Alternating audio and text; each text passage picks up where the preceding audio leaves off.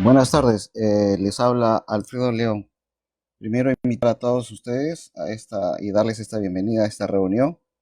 Agradecer a Corefo que nos está dando la oportunidad de poder compartir esta experiencia y nada, poder empezar entonces.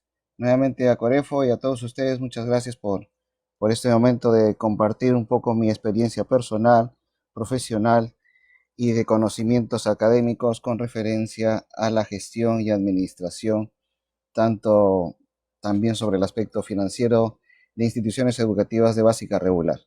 Bien, vamos a empezar entonces esta reunión y el título de esta reunión es Retos para directivos y promotores de instituciones educativas privadas en el contexto del COVID-19. Y vamos a empezar con las oportunidades que he tenido de conversar con ustedes. Una de las primeras cosas que yo refiero siempre no es tanto si se quiere hacer una pirámide y ver cuál es lo más importante dentro de una institución, no es lo financiero, tampoco es la estructura pedagógica o las metodologías que tengamos, tampoco hemos dicho que es los recursos humanos, sino algo que está más implícito en ello, que es lo siguiente, ¿no? Primero, acá tenemos el índice de justamente lo que les quería hablar, era sobre la reputación e imagen institucional de las instituciones educativas. ¿Por qué se pide descuento a los servicios educativos que ofrecen los colegios privados?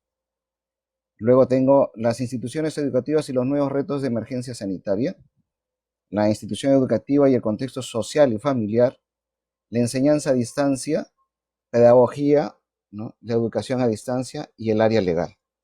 Vamos a empezar con el primer punto, ¿no?, y iremos desarrollando punto por punto y a ver si después al final el equipo que está detrás de todo este contexto, de toda esta formación, nos irá ayudando con las preguntas, a quienes ustedes, por favor, les invito a que puedan alcanzar cualquier interrogante que tengan al final.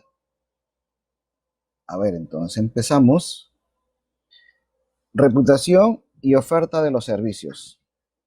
Es importante que sepamos cuál es el diagnóstico situacional, cuántos y quiénes somos dentro de Lima y a nivel nacional. Y con este cuadro lo que queremos expresar es lo siguiente, ¿no? De toda esta manzana de colegios privados, ¿no?, con respecto al pago de pensiones, tenemos que, yo siempre he hecho una división por clases sociales, pero en este momento no estamos haciendo por clases sociales, sino estamos haciendo por pensión y por matrícula. Eh, la fuente es Scale, ustedes la deben de conocer, y vemos que el 63% de las instituciones educativas cobran una pensión mensual menor de 200 soles. O sea, estamos hablando, si queremos verlo o traducirlo a nivel socioeconómico, estamos hablando de más o menos CD, ¿no?, nivel socioeconómico D. O sea, que la mayor parte de la manzana o de la torta son colegios sede, colegios que están ubicados en los conos, colegios que tienen una población escolar bastante, no es una onerosa, ¿no? Posiblemente estén entre los 200 y 300 alumnos, ¿no? Su pensión escolar es menor a 200 soles. Entonces, más o menos esto es con respecto al cobro de pensión. Y lo mismo sucede con respecto a la matrícula, ¿no?, que sabemos que ahora es lo mismo los costos tanto de matrícula como de pensiones. Entonces, pasemos a la siguiente. Aquí está, este es un dato actualizado. Son dos las fuentes, también Minedu y también una entrevista que hicieron a un representante de los colegios privados. Y está representado por cantidad, las categorías A, B y C están, acá tenemos las categorías, están representados no tanto por el nivel social, sino por la cantidad de alumnos que tenemos. ¿Cuántos colegios tienen más de 150 alumnos hacia arriba? El 22% de colegios, que lo podemos ver expresado en esta parte de esta torta que hacemos, ¿no?, que es el 22%. Eso quiere decir que tenemos más de 150, ¿no? Hay colegios que tienen hasta 2.500, he visto colegios privados con 2.500 en un solo local. Y, pero aquí en el lado verde tenemos colegios que tienen menos de 100 alumnos, que es el 41% de todos los colegios a nivel nacional. Entonces, tenemos aquí el 41%. ¿Cuánto representa en números? ¿Cuánto es ese 41%? 9.000 colegios. Y normalmente la mayoría de nosotros está en este nivel, ¿no? O en esta categoría por colegios. U otros estarán hasta 150, ¿no? Que es el 37%.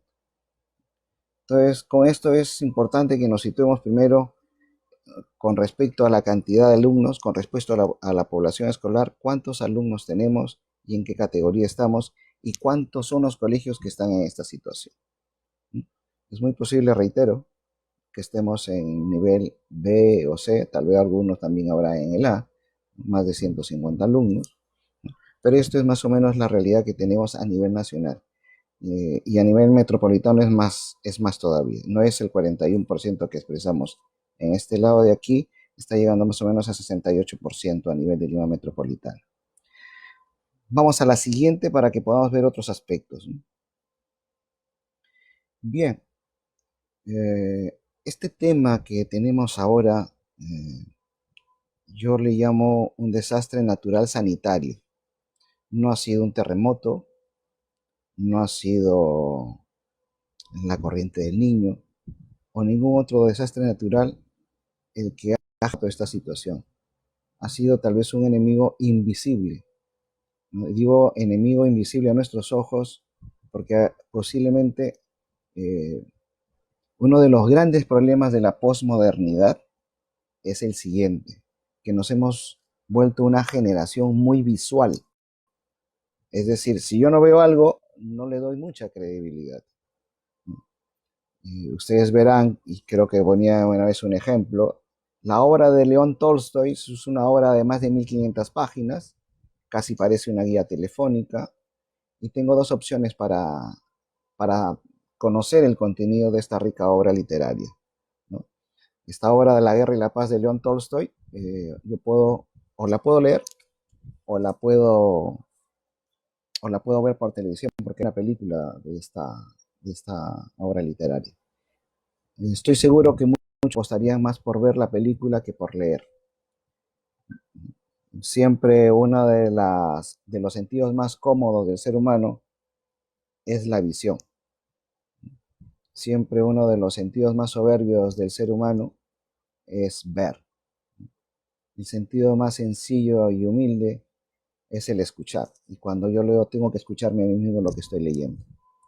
Con esto lo que estoy tratando de decir es que por eso es que muchos no tomamos conciencia de que estamos en una guerra. En una guerra donde el enemigo no es un país extranjero, no estamos peleando por un pedazo de territorio de tantos kilómetros cuadrados. La guerra es contra un enemigo invisible, ¿no? Que mide apenas unas 2 micras, ¿no? Y no lo puedo, aparentemente a los ojos no lo puedo ver, pero sí puedo conocer sus efectos, síntomas y signos.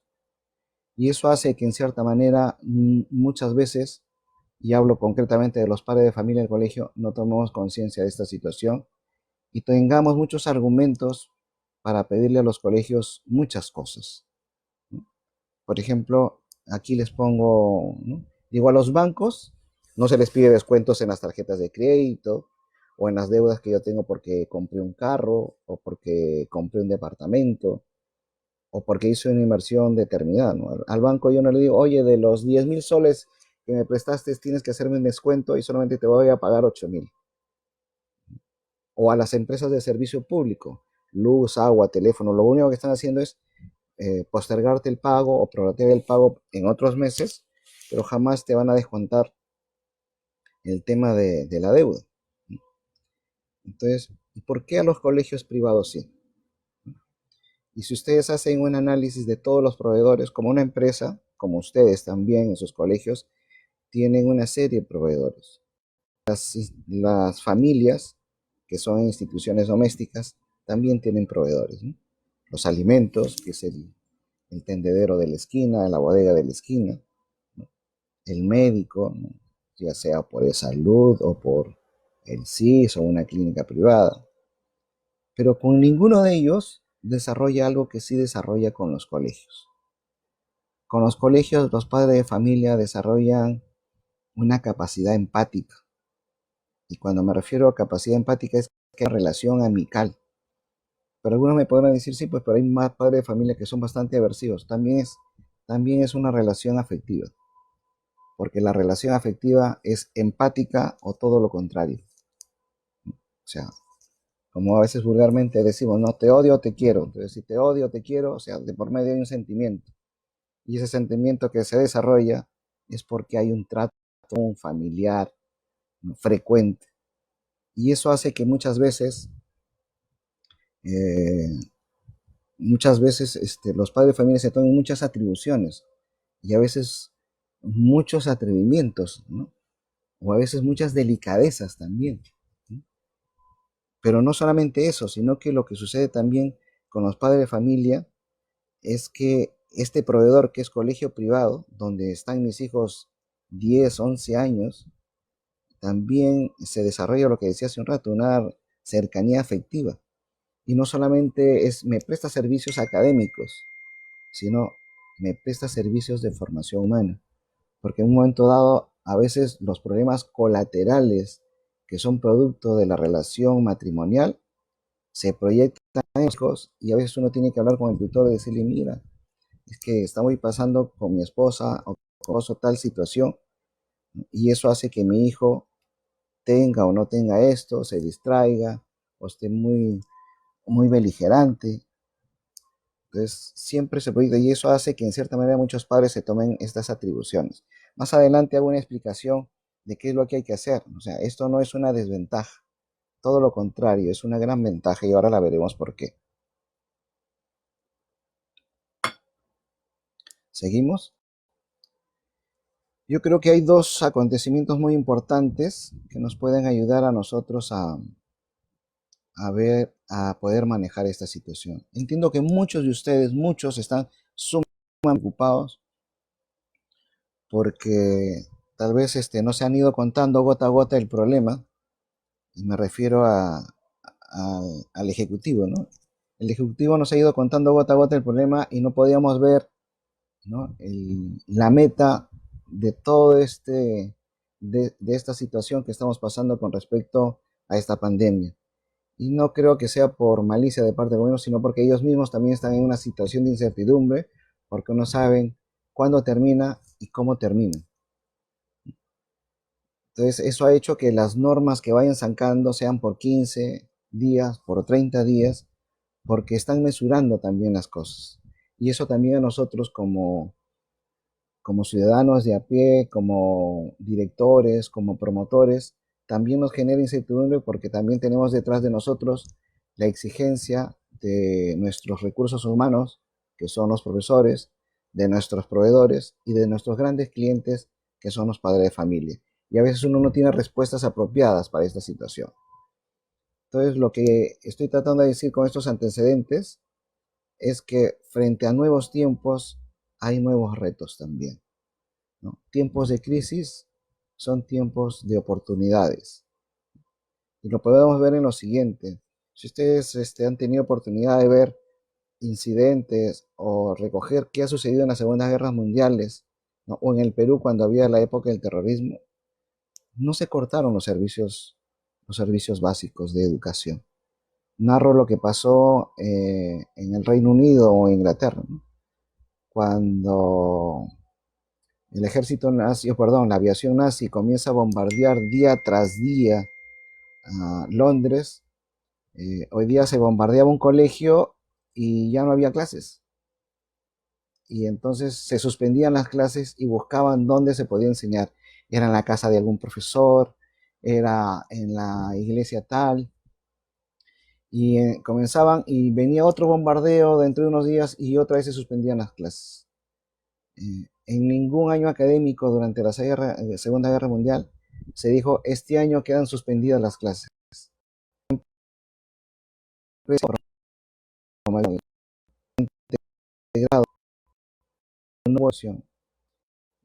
Posiblemente muchos de ustedes tienen experiencia educativa en el interior del país y les tocó vivir la época del terrorismo.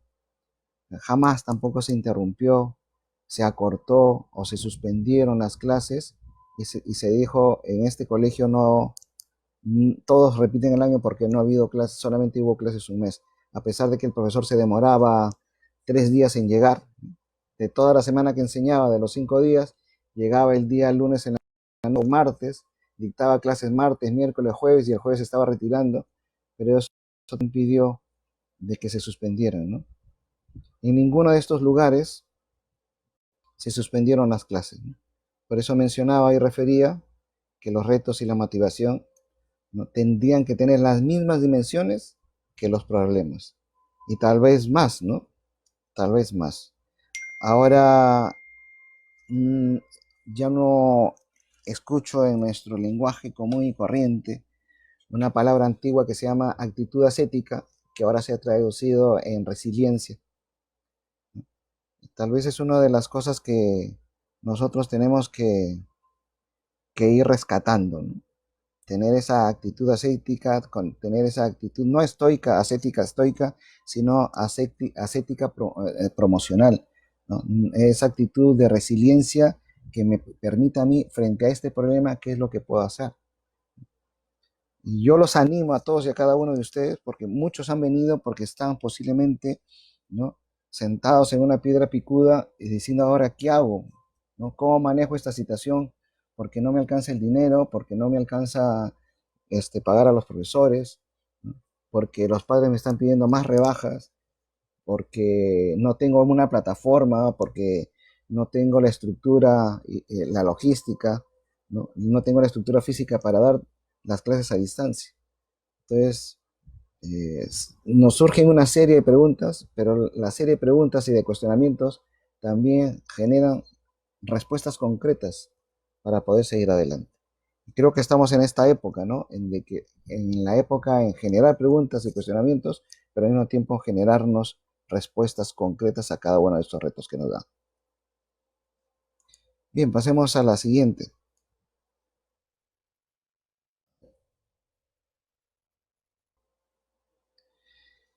Experiencia en otros países.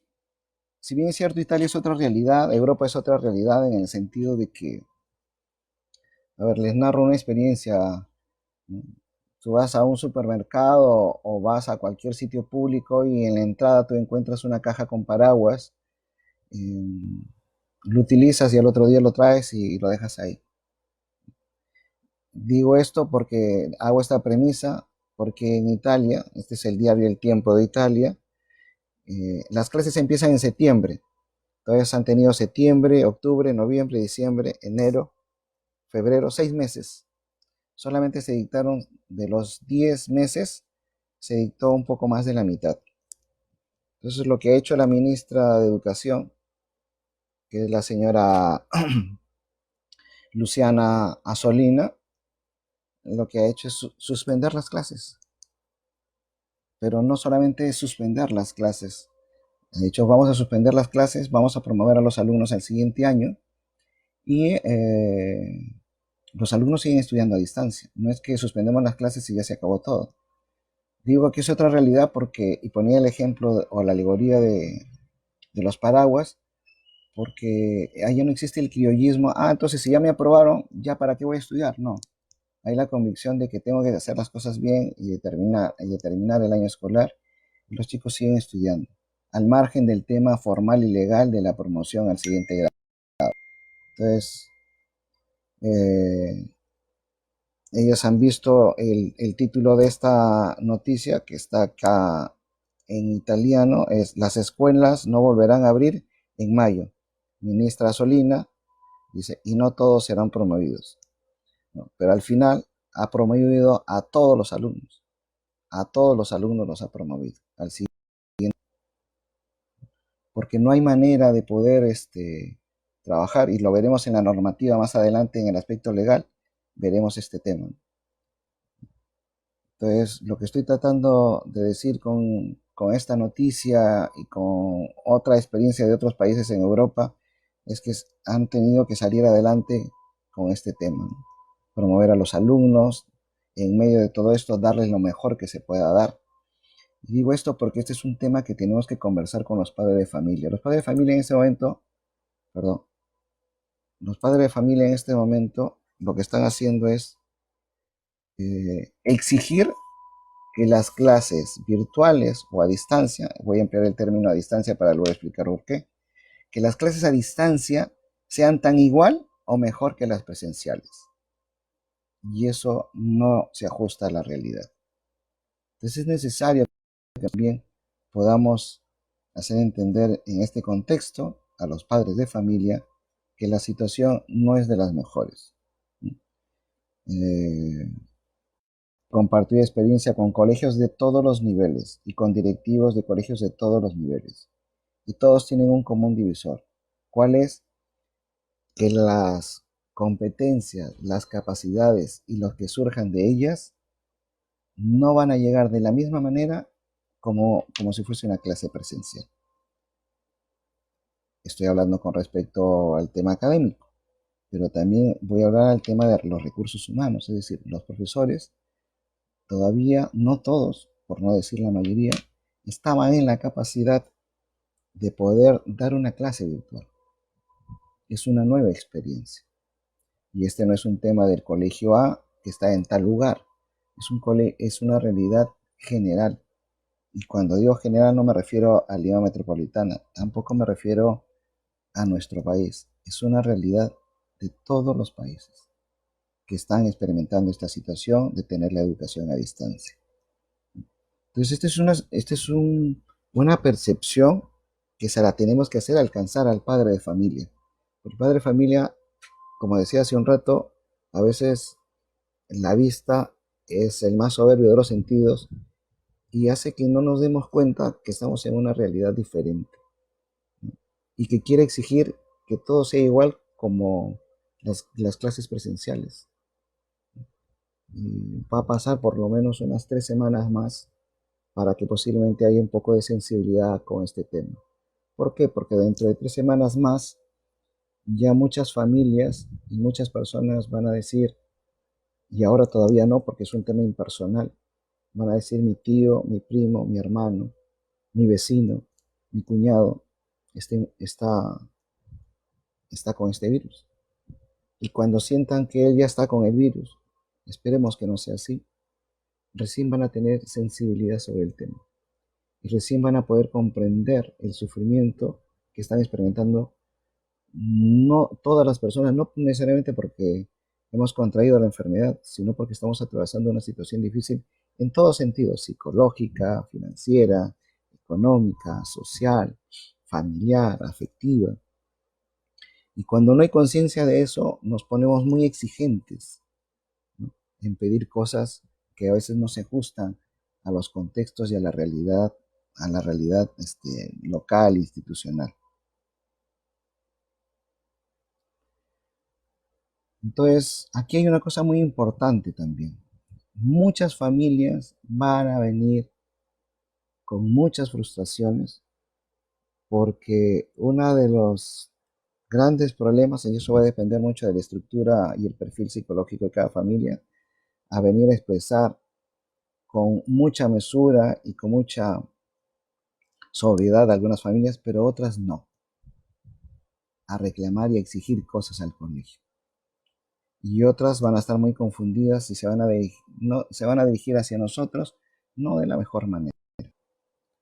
Entonces, con esto lo que estoy tratando de decir es que también, al margen de si es asertiva la intervención o lo escrito en un correo o en una llamada telefónica de algún padre de familia, es necesario escuchar.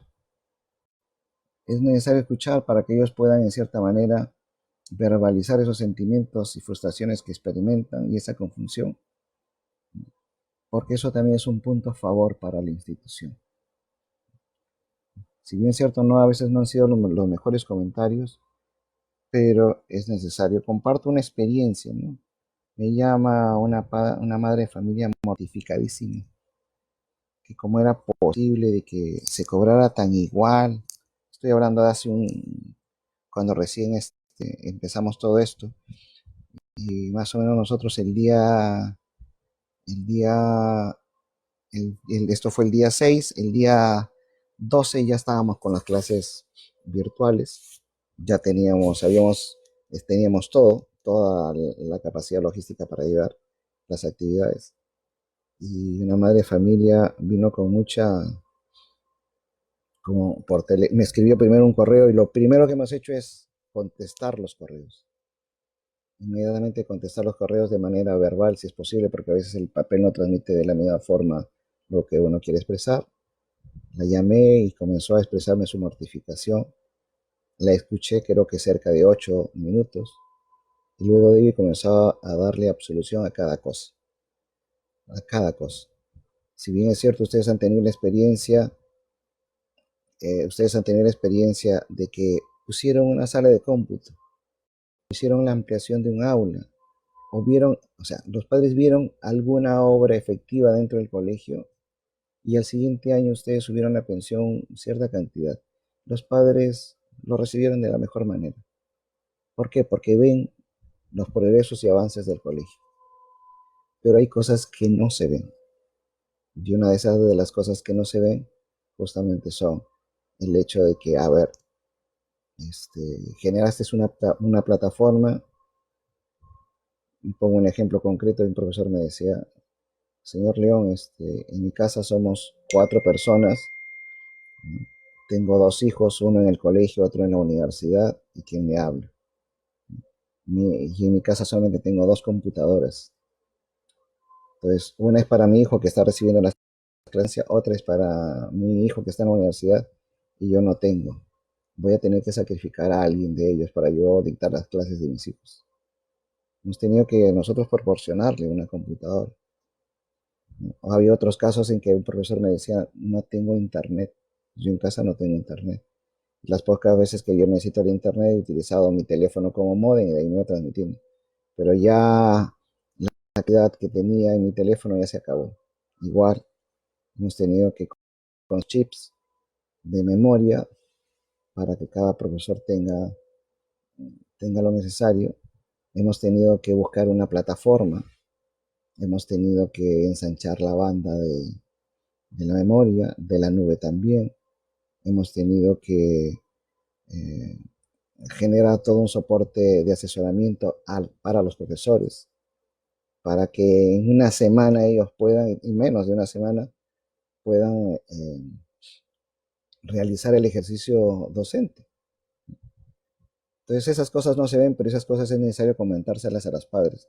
Te vas comentando todo esto y le comentaba a este padre, le digo, yo no puedo toda esta inversión acarreártela así quisiera a tu persona o a tu familia, porque no está dentro del contrato.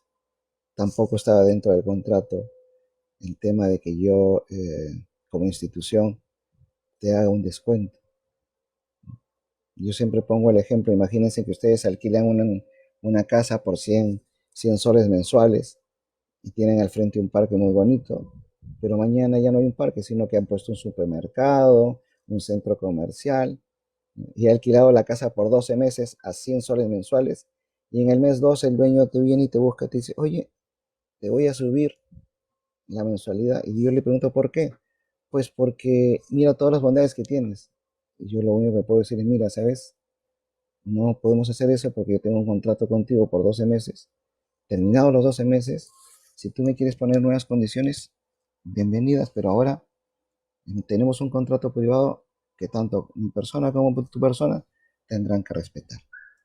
Pero todos estos comentarios a qué vienen, porque los padres lo que necesitan en este tiempo es este apoyo emocional y poder verbalizar todas estas cosas, ¿no? Y sigo con esta experiencia de esta madre familia. Terminé de hablar y me dijo, señor León, pero estas cosas, ¿por qué no las cuentan? Digo, les hemos enviado un comunicado. Sí, pero no así como me está comentando ahora. Lo que estoy tratando de decir con es que es necesario trabajar el tú a tú. Y el tú a tú es que el directivo converse con sus tutores y los tutores repliquen nuevamente esta situación con cada padre. Te vas a encontrar unos más renuentes que otros. Con esos padres sí los directivos tendrían que conversar. Pero lo que no podemos hacer es jugar al teléfono malogrado, ¿no? Pues, ¿a qué me refiero con el teléfono malogrado? Que yo refiera, la bandera es blanca y le comunico al tutor que la bandera es blanca y resulta que cuando llegó la información al padre de familia y al alumno, llegó que la bandera no era blanca, sino era negra. Entonces es muy mal los mensajes que tengan que transmitir ustedes tanto a los tutores y a los profesores y estos a su vez pueden transmitirlo a los padres. Vuelvo a insistir, estos temas, no solamente tratemos de ver las desventajas, hay muchas oportunidades, más adelante compartiré algunas para que ustedes puedan ver este tema. ¿Demandará un esfuerzo financiero? Sí. ¿Demandará un esfuerzo laboral? Sí.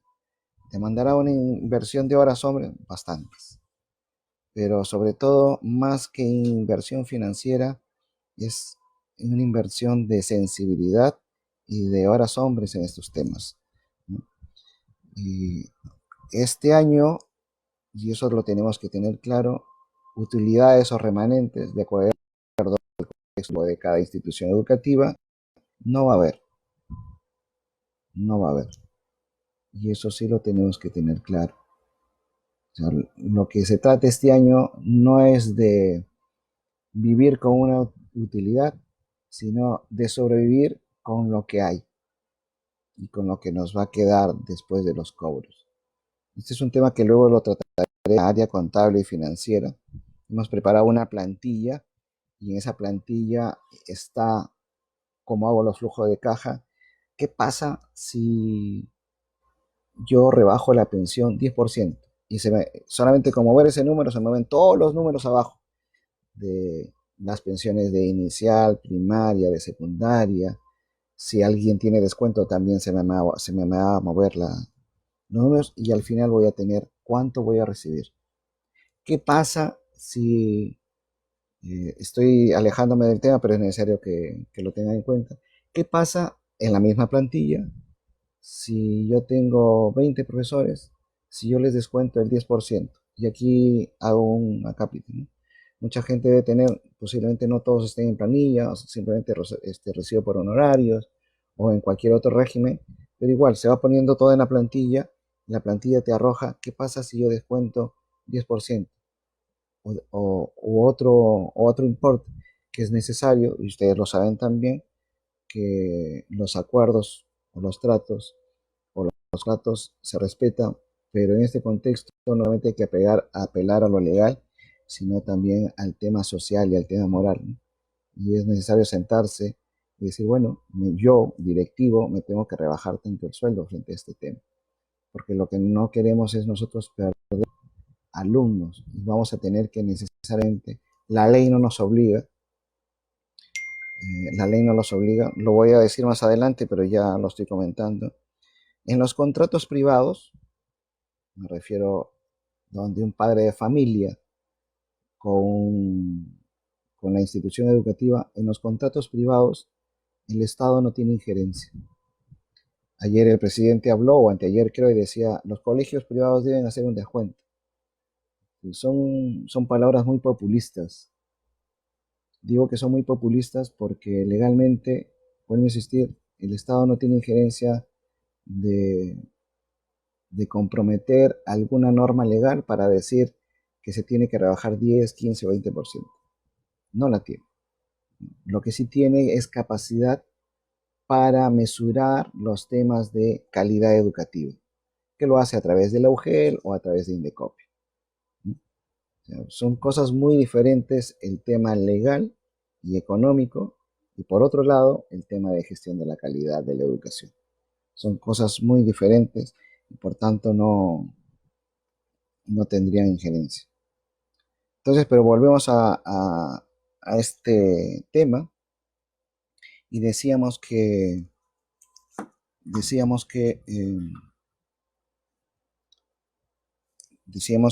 esto es lo que sucede en el contexto familiar.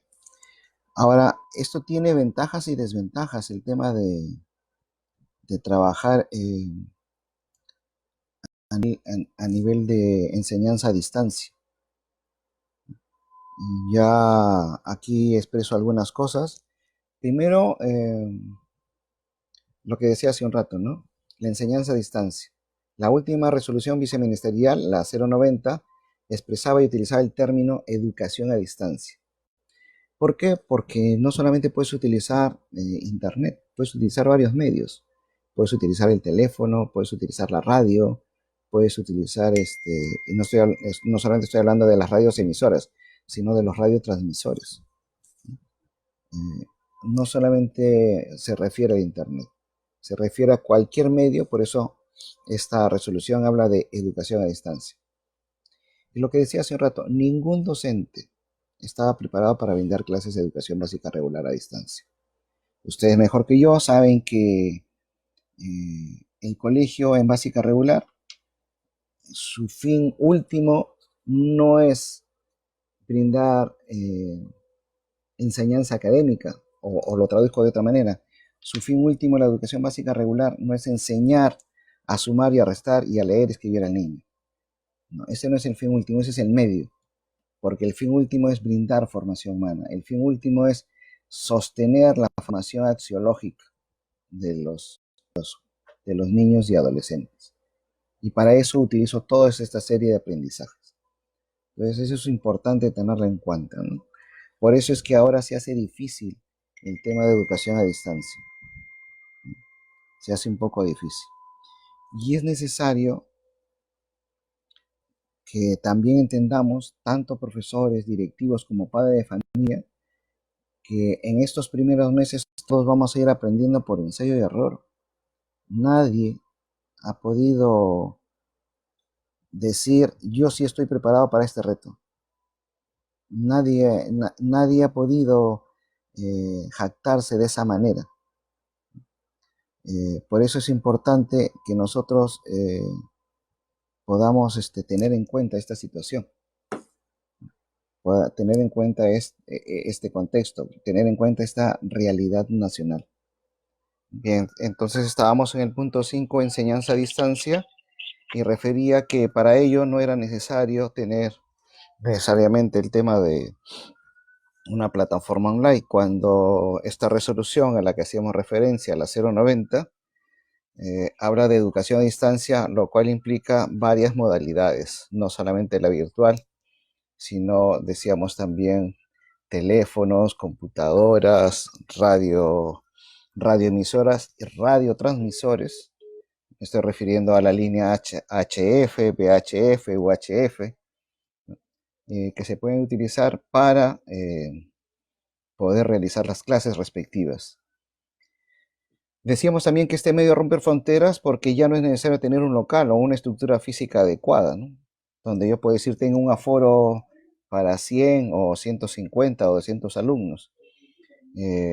Esta estructura ya ha sido rota porque los medios virtuales, por decir alguno de ellos, porque estábamos resaltando otros también, podemos tener cantidad de participantes, como en esta oportunidad ahora.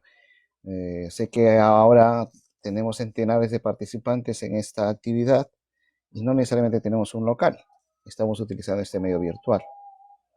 Entonces, lo mismo sucede con las clases en educación básica regular. Conozco experiencias de colegios, decía, de uno de los conos, que tienen alumnos de distritos fuera de alcance en lo que se refiere a distancia, ¿no? Como también puede ser de otra provincia y están matriculados en un colegio en Lima, pero puede estar en Trujillo, el otro puede estar en Tacna, puede estar en Chiclayo, en Iquitos, y es válida la enseñanza. Y los procesos de gestión para la matrícula también. Con esto lo que quiero decir, volviendo al tema ya de realidad, al margen de los otros medios que haya, los que más se están utilizando son los medios virtuales y consecuentemente un colegio ahora, para poder subsistir, para poder seguir desempeñando sus actividades pedagógicas, es necesario tener una plataforma virtual. Y en el mercado se están ofreciendo una serie de ellos. Y proyectémonos más adelante. Y digo proyectémonos más adelante porque aquí en el futuro este tema del coronavirus va a marcar un antes y un después, porque es muy posible que muchos libros ahora se ofrezcan a través de las plataformas, es decir, los libros van a ser digitalizados, ya no necesariamente vamos a tener un libro impreso en offset o en láser y podemos ir deshojando cada libro en estos papeles de materia prima natural, que son los papeles bond o cuché o el que el que se vea conveniente para imprimir un libro. Ahora solamente serán los medios virtuales y a través de ellos uno podrá conseguir el libro, podrá subrayar, podrá hacer notas de pie o notas laterales, es decir, una serie de facilidades que nos están brindando ahora los libros digitales, ¿no? Y claro, obvio está que ahí figura también, tan igual como un libro impreso, los derechos de autor. Entonces, también referíamos que es necesario, muy importante, que los directivos o los coordinadores estén evaluando constantemente el trabajo, estrechamente, si es posible cada semana o interdiario. ¿Por qué? Porque se van a presentar casuísticas. Las casuísticas son porque si se va o no se va la señal, porque si yo cuando hice el PPT le puse color rojo, pero a la hora que se proyecta sale color verde. O sea, estos detalles y estas situaciones que no son previstas nos van a permitir en el trading de ensayo y error ir mejorando situaciones, ir mejorando situaciones. Y con esto, o posiblemente a través del medio digital quisimos decir alguna cosa, pero se entendió otra. Entonces es importante frente a estos nuevos problemas, frente a estos nuevos retos, generar nuevas opciones. Pero es importante, como decía, poder tener un ejercicio de comunicación bastante sincero sobre todo para poder evaluar los errores y generar las contingencias del caso. Bien, con esto terminamos esta lámina, pasamos a la siguiente y en la siguiente tenemos ¿por qué fracasó Kodak? ¿Qué pasó con Kodak? Tal vez los que son muy jóvenes no tendrán conocimiento, pero Kodak fue durante muchos años, durante muchas décadas, el líder en venta de películas químicas para las cámaras fotográficas. En estos últimos 20 años, las cámaras son cámaras digitales y tienen una memoria interna como otra externa, donde se va guardando las fotos. Kodak no quiso salir de sus películas químicas. Aseguró y aseveró que las películas químicas seguirían. Y al no adaptarse a los cambios, obviamente que fracasó y quebró. La última sede de Kodak en quebrar y en cerrar sus puertas fue la de España. Entonces, con esto lo que estoy tratando de decirles, señores promotores, directores de colegio, que es necesario, muy importante, adaptarnos a los tiempos. Este tiempo no es un tiempo de desgracia, sino es un tiempo de oportunidades, porque tengo que cambiar las metodologías para generar el proceso de enseñanza y aprendizaje en nuestras instituciones educativas. Vuelvo a insistir, el reto ahora es no decir tengo un colegio con un aforo para 150 alumnos. Mi reto ahora es tener una plataforma y en esta plataforma yo tengo 400 alumnos y cada una de las aulas cuenta con 35 alumnos, ¿no? Y he generado anfitriones en tal plataforma, hay un profesor por cada aula virtual y es necesario eh, que este crecimiento que no se ve sea visto. Cuando me refiero a que no se vea y sea visto, me estoy refiriendo concretamente que, como mencionaba minutos atrás, uno de los sentidos en la posmodernidad que es muy explícito es el sentido de la vista. Y cuando digo que es muy explícito, sucede cualquier evento en nuestra sociedad o en nuestra casa, en el ambiente doméstico, no tenemos una foto del evento. Tenemos 15, 20 fotos, si es que es la casa. Si es el colegio, yo calculo que pasa de 100 fotos. Porque todos han podido filmar, grabar, capturar una toma de un solo evento, varias personas. Entonces es importante, reitero, que frente a que la posmodernidad nos ofrece al sentido como ícono de este tiempo a la vista, nosotros podamos hacer ver lo que no se puede ver, que es todo esto de aquí. Por ejemplo, ahora para esta charla que nosotros tenemos hay todo un equipo detrás que trabaja, que diagrama, que produce, que estructura, ¿no? Eh, estas diapositivas que estamos pasando han sido corregidas, han sido evaluadas, se prepara el material, hay unas personas de marketing, hay personas de soporte técnico, es decir, hay todo un equipo que tal vez no vemos, ¿no? Pero que a nosotros nos llega con mucha satisfacción la información. Eso es un aspecto muy importante que tenemos que resaltar a los padres de familia, para que ellos puedan ver que es como un programa de televisión, como un programa radial, que detrás de las cámaras, detrás de las ondas sonoras de una radio, hay un equipo de producción que trabaja constantemente, constantemente, para que una persona sea la que dirija todo y es la que dé la cara de todo el trabajo que hay detrás. Pasamos a la siguiente. Otro aspecto que queríamos ver era el aspecto pedagógico del tema virtual o de la educación a distancia. Y yo hacía mención que de entre todas las cosas hay un tema que posiblemente no se toque o que a veces obviamos o lo dejamos de lado y que creo que es el axis de toda la formación. ¿Cuál es? No es la formación académica, sino es la formación humana. ¿Ahí qué es la formación humana? El que el profesor no solamente esté preocupado por cumplir con un programa, por cumplir con el ejercicio de ciertas competencias, sino que el profesor pueda decirle al alumno, ¿cómo estás? ¿Cómo te va a ti? Y ese es el primer aspecto que nosotros tenemos que resaltar. Y esto lo digo porque en los medios virtuales esto suena como una desventaja. Y me voy a referir concretamente a esto que está aquí, que dice el contacto, o perdón, un ratito, vamos al anterior, aquí al anterior y aquí al anterior. Y dice aquí, el contacto personal, las relaciones afectivas pueden resultar desconcertantes. Sí, es normal que suceda esto porque se da a veces una situación impersonal cuando dictas a 30, 40, ¿no?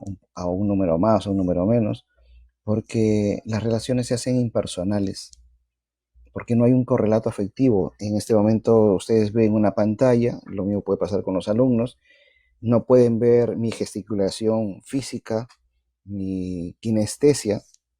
Cuando me refiero a kinestesia es que el profesor cuando va hablando va haciendo ciertas gesticulaciones de brazos, del rostro, ¿no? Que ayudan a complementar el mensaje que se quiere brindar. Entonces, estas cosas son muy importantes, sobre todo, vuelvo a insistir, cuando trabajas la parte personal. Y lo mismo sucede con los docentes y sobre todo con los padres de familia. Que tengamos un espacio, así como tenemos espacio para generar clases, tengamos un espacio en este medio virtual para saber cómo está la familia. Tenemos alumnos que a veces llegan al aula, me refiero al aula virtual, con con cierta mirada un poco taciturna, o alumnos que llegan muy distraídos, y te das cuenta que detrás de esa mirada, detrás de esa congoja, hay una angustia, ¿no? Y que normalmente se debe a que la estructura familiar en ese momento está muy frágil por algún problema afecto emocional o de otra naturaleza, que puede ser también económico o de salud. Entonces es importante, yo acá he señalado ventajas y desventajas. Sí, pues tenemos muchas ventajas, que podemos estudiar las 24 horas en cualquier momento, tenemos la información al pie de la letra. No es lo que yo he entendido, lo que voy escribiendo, sino lo que literalmente el profesor me va mencionando. Se ahorra tiempo, se ahorra dinero. Es decir, hay una serie de bondades, pero yo ahora he querido tomarme este espacio solamente para poder hablar en lo que se refiere a las ventajas y desventajas, a este punto negro que tenemos dentro de la educación a distancia, que tal vez nos despersonalizamos, tal vez vamos solamente a la parte racional, pero no vemos este otro aspecto tan importante del ser humano. Sobre todo en los países del primer mundo es mucho el trabajo virtual, bastante, ¿no? Y lo que sucede es que generamos un vacío, vuelvo a insistir, un agujero negro que genera después problemas de identidad. Y nosotros tenemos que saber aprovechar en este tiempo este agujero negro. No es una desventaja, voy a insistir, sino es una gran ventaja y una gran oportunidad para cohesionar, generar la mística institucional, para poder buscar la identidad de los alumnos, de los padres y por ende de los profesores con nuestra institución educativa. Esto es más o menos a lo que yo me quería referir con las ventajas y desventajas, ¿no? Los problemas técnicos de los que ya hemos hablado, que todavía suelen pasar, que a veces son involuntarios, ¿no? Y bueno, la única forma entonces de romper esta brecha de relación alumno-maestro es que se generen estos lazos de amistad por este medio. Seguimos con la siguiente. El área legal. Creo que es un área de la que ustedes también querían saber algo. Mencioné también el área legal a veces va de la mano con otras áreas, pero es importante que veamos en esta parte.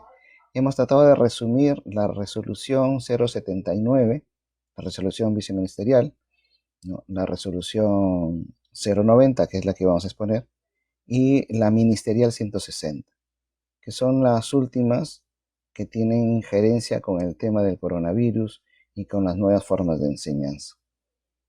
Podemos decir que esta resolución, la última, lo que hace es presenta una serie de disposiciones para el servicio básico de los colegios privados en el marco de la emergencia sanitaria, ¿no? Y vamos a ver cuál es el objetivo principal de esta normativa. Es establecer, ¿no?, que los colegios privados durante este año 2020 establezcan su plan de recuperación en el contexto sanitario actual que estamos experimentando. ¿Cuáles son esas condiciones que tiene que tener un colegio privado para prestar el servicio de educación básica regular? Lo primero a lo que nos hacen referencia es a la resolución viceministerial número 79, ¿no?, que fue emitida en marzo, que nos refiere primero que en un plazo de 7 días calendarios se tenía que entregar un plan de recuperación. Aquí hago un paréntesis, voy a pasarles a todos ustedes un plan a través de Corefo para que se los haga llegar. Es un esquema en el cual ustedes ya tendrán que llenar los contenidos. Está todo el esquema, pero llenarán todos los contenidos de acuerdo al esquema, de acuerdo a la realidad inmediata que tiene cada institución educativa. Y es necesario dos cosas ahí. Primero, la primera es que se haya presentado este plan a la UGEL y que también se haya entregado a los padres de familia. El último día de plazo para esto fue el 20 de marzo, ¿no?, porque la norma salió el día 12, perdón. Y siguiendo, podemos señalar que la institución educativa privada debe sí o sí entregar este documento de gestión a la UGEL. ¿Y qué debe haber en este documento? Desarrollar las estrategias del servicio educativo a distancia hasta que se retomen las clases. Eso fue lo que se pensó en un inicio. Ustedes saben ahora que el tema de retomar las clases es indeterminado, porque en el mismo Ejecutivo tampoco no sabe cuándo empezarán, ¿no? Y que este plan debe tener ciertas condiciones. Primero, tener la metodología y las herramientas necesarias para desarrollar un plan de recuperación. ¿De acuerdo a qué? A una adaptación. O sea, es un plan de recuperación de adaptación. Seguimos. ¿Qué pasa con aquellos colegios que no hayan presentado el plan de recuperación? Deben presentarlo sí o sí en un plazo de 7 días calendario a partir de la presente resolución 090. Entonces, este plazo venció el jueves de la semana pasada. Pero así haya vencido el plazo, señores promotores, directores de colegio, y no se ha entregado, les sugiero que por favor lo presenten a fin de evitarse problemas. Digo evitarse problemas porque ahora vamos a ver cuáles son los problemas que van a surgir si es que hay omisión de esta documentación. Ahora, ¿qué debe contener este proyecto de recuperación? Este proyecto de recuperación, en el cual se ha generado producto de esta realidad, debe tener lo siguiente. Primero, la descripción de las actividades y las metas que que se propone alcanzar, ¿no? ¿No? Los objetivos y los logros de aprendizaje. ¿De dónde se desprenden o con quién tienen que guardar coherencia estos logros de aprendizaje? Con el proyecto educativo nacional. Y otro aspecto importante es que la descripción de las estrategias a utilizar en esta actividad docente debe generar la recuperación de los aprendizajes y monitoreo de los estudiantes de acuerdo al nivel, de acuerdo al ciclo y de acuerdo al grado. Creo que es redundante o es muy obvio esto porque nadie va a enseñar pues una matemática. No es igual enseñar una matemática a niños de primer grado de primaria que a uno de primero de secundaria y a otro de quinto de secundaria. Con esto lo que estoy tratando de decir es que las estrategias no son las mismas. También debe presentar este plan de recuperación un cronograma y luego una descripción de las estrategias, de las herramientas y metodologías para la prestación de este servicio. Esto es más o menos en cuanto a los contenidos del proyecto de recuperación. Veamos la siguiente. ¿Qué pasa si el proyecto de recuperación que he presentado no se ajusta o es observado por la UGEL? Dice, si la institución educativa privada presenta un plan de recuperación que al ser evaluado por la UGEL no se adapta ni se ajusta al contenido mínimo requerido, lo que van a hacer es, se nos van a otorgar 3 días más calendarios para subsanar esta situación.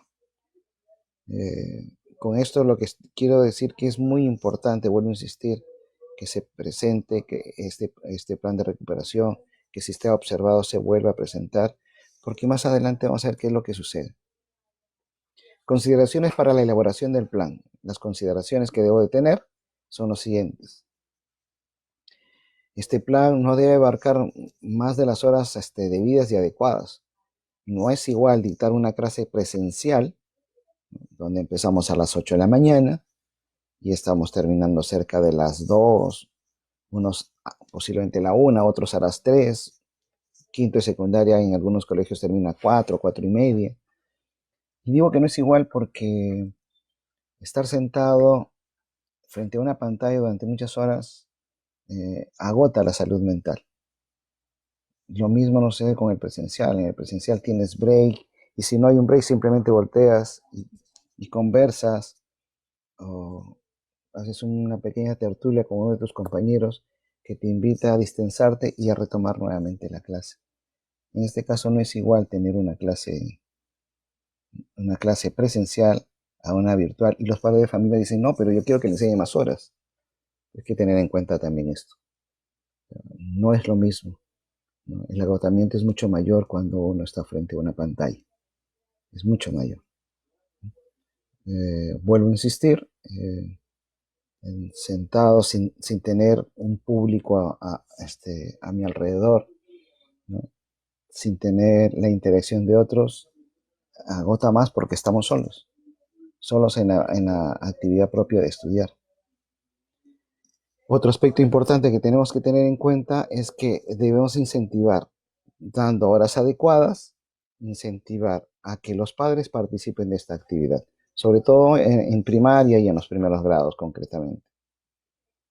Las actividades propuestas en el plan de recuperación no deben generar tensiones en la dinámica familiar del alumno. ¿Por qué dice que no debe generar tensiones? Pues porque a veces, eh, mm, por ingenuidad más que por imprudencia, muchos profesores comienzan a dejar una serie de trabajos y el alumno va a tener que hacer trabajos de diferentes cursos o a veces, como ya me han manifestado, ¿no? El profesor deja la tarea hoy día 9 de la noche y es para mañana antes del mediodía. Es necesario que tengamos el tino suficiente para este tema. Otro aspecto importante que debemos de tener en cuenta es el siguiente. Hasta esta distancia no son pasibles de calificación. Y aquí me voy a detener un poquito para hablar sobre la evaluación. Muchos directores, muchos coordinadores están exigiendo las notas de los alumnos ya en este proceso de aprendizaje a distancia. Hay que tener mucho cuidado, si es posible hay notas, pero esas notas no pueden ser remitidas o comentadas a los padres de familia hasta que nos haga la nueva normativa y nos diga, mira, estas clases, porque hay la pregunta también, si estas clases reemplazan o no reemplazan a las presenciales. Si estuviésemos a 10 o 15 de marzo, diríamos que no reemplazan, pero han ido pasando los días y nos damos cuenta que esto posiblemente se vaya hasta fin de año y es una especulación, y que el año académico 2020 terminará siendo a distancia todo el año. Pero en un momento dado, el Ministerio de Educación, supongo, vuelvo a reiterar, es una especulación y un pronóstico de mi parte, lo que va a suceder es que el Ministerio de Educación va a decir, sí, las clases virtuales van a reemplazar a las presenciales y tienen que ser evaluadas. Pero hasta la fecha no nos han enseñado nada sobre evaluación. Nos han referido también que si el alumno no presenta trabajos, no son pasibles de calificación. Entonces hay que tener bastante cuidado con este tema. Ahora, el lenguaje usado por el docente debe ser de fácil comprensión. Decía hace un rato que la kinestesia, es decir, la gesticulación de mi cuerpo, también comunica un mensaje, cosa que no se puede hacer aquí en este ambiente virtual. Y el alumno puede entender mejor ciertas cosas. Entonces, a veces cuando uno comienza por este medio a hablar, no se da cuenta que la kinestesia no funciona, porque nadie me ve, solamente están viendo el PPT. Entonces, yo tengo que tener un lenguaje bastante directo, concreto, sobre todo para con los alumnos, de tal manera que él pueda entender las expresiones, las ideas que puede emitir para que se puedan cumplir las metas que se ha trazado el profesor en una clase. Después señalamos también aquí que la norma refiere lo siguiente: los tiempos y actividades previstas en los planes de recuperación a distancia no son equivalentes a una jornada presencial, lo que ya habíamos referido hace un rato. Pues estos son medios diferentes, vuelvo a reseñalar, son medios diferentes que tienen tiempos y características particulares. Como ustedes verán, no es muy concreto el lenguaje con el que se habla. No dice si sí sirven, no sirven, si se califican o no se califican. Todavía es muy abstracto, es muy especulativo e indeterminado el lenguaje que utiliza en la prosa de esta norma. Y acá también hay otro aspecto importante que debemos de tener en cuenta, que es que debemos diferenciar y priorizar los aprendizajes. Ponía yo como ejemplo, se me ocurre pensar que es la primera vez que los alumnos del curso de primero de secundaria o de sexto, vamos a poner sexto grado están viendo ecuaciones de primer grado con dos variables. La primera vez, y está dentro del programa, y está en abril. Entonces, posiblemente, como es la primera clase, la primera vez que van a ver este tema, se les torna un poco difícil. O sea, el plan de recuperación no pide exactamente que se cumpla todo el programa tal cual está, sino que se desarrollen los temas más digeribles, más fáciles de llevar, y que los temas que demandan mayor esfuerzo de concentración y que a veces apelan a que tienen que ser presenciales, se hagan al final. Entonces, eso también es un aspecto importante que tenemos que tener en cuenta. Servicio educativo a distancia, ¿qué es? La institución educativa, los colegios privados, son responsables de qué situación? De asegurar el servicio educativo a distancia y que éste mantenga las competencias en concordancia con quién, con el proyecto educativo nacional. E incluso si es que el alumno no ha cumplido estas metas, se debe generar un mecanismo de retroalimentación. Entonces, esto es muy importante tener en cuenta también. También apela a que puedan tomar como estrategia el proyecto Aprendo en Casa, que es el proyecto público para trabajar a distancia. La siguiente, comunicación del servicio educativo a los usuarios. ¿Quiénes son los usuarios? Son los alumnos, pero los responsables, los que firmaron el contrato son los padres de familia, ¿no? Es muy importante tener en cuenta dos variables. La primera, que creo que lo mencioné hace un rato, es lo siguiente. El contrato que genera un padre de familia con una institución educativa es un contrato privado. Entonces, en razón de que es un contrato privado, eh, se establece qué se va a enseñar, o sea, qué servicio voy a brindar, cuánto tiempo, ¿no? Y cuánto me tienes que pagar. Digo esto porque escuché hablar al presidente apelando a que los colegios privados deben, deben rebajar sus pensiones. Entonces, en un contrato privado, el Estado no tiene injerencia. El Estado no te puede decir a ti, para los que tienen casa alquilada, por ejemplo, a cuánto te tienen que alquilar el metro cuadrado. El precio gira en torno al libre mercado. Entonces el Estado consecuentemente no puede influenciar en esto, ni determinarlo. Por eso es que todos los contratos privados con respecto a pensiones, como tal lo señala la realidad jurídica, son privados y en ese ambiente se mueven. Y el Estado no puede exigir o apelar a descuentos ni sacar una normativa sobre este tema. Donde sí tiene injerencia el Estado a través de los organismos descentralizados del Ministerio de Educación y de la Ley del Consumidor es UGEL e Indecopi, quienes tendrán que velar por la calidad de la gestión educativa. Y el único documento para poder sustentar esto es la presentación del plan de recuperación y las adaptaciones que nos exija la ley, que se cumplan y se presenten en su momento, a fin de que cuando sea necesario y tengamos ya las clases presenciales, estos organismos, UGEL e Indecopi, no nos visiten y seamos pasibles de alguna sanción pecuniaria o administrativa. Ahí viene la razón de ser. Entonces, resumimos y tengámonos en claro, los contratos por pago de pensiones son privados y el Estado no tiene injerencia, pero sí tiene injerencia en los temas de gestión de la calidad que un colegio pueda brindar, ¿no? Eso por un lado, y por el otro lado, decíamos que lo que ya decía la anterior resolución, la 079, la 090 también dice lo mismo, que es necesario que en un plazo de 7 días presentar un comunicado a los padres de familia, de tal manera que ellos puedan tener conocimiento del plan de recuperación. Y aquí sí, por favor, les voy a pedir, les voy a recordar, voy a como a los niños, que hay que ponerles la carita feliz en la frente. Por favor, si tienen plataforma, envíen ese plan de recuperación. Si no la tienen, copien el pantallazo de que lo mandaron a todos los padres de familia, porque en un momento dado se los pedirán y les exigirán, por favor, cómo comunicaste a tus padres de familia el plan de recuperación.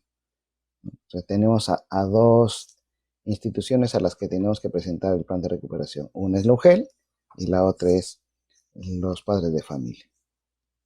Entonces seguimos con la siguiente. Supervisión de las medidas para la prestación del servicio educativo. La supervisión de la adaptación de este plan de recuperación está a cargo de la UGEL.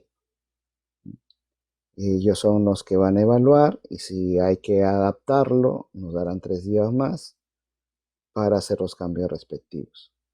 Ahora, el incumplimiento u omisión de la presentación de este plan de recuperación, ¿no? La UGEL lo que va a hacer es generar todo un proceso administrativo y pecuniario, de acuerdo al Decreto Supremo 0498, para sancionar al colegio privado que no haya cumplido con la norma a la que estamos dejando expuesta el día de hoy en esta charla.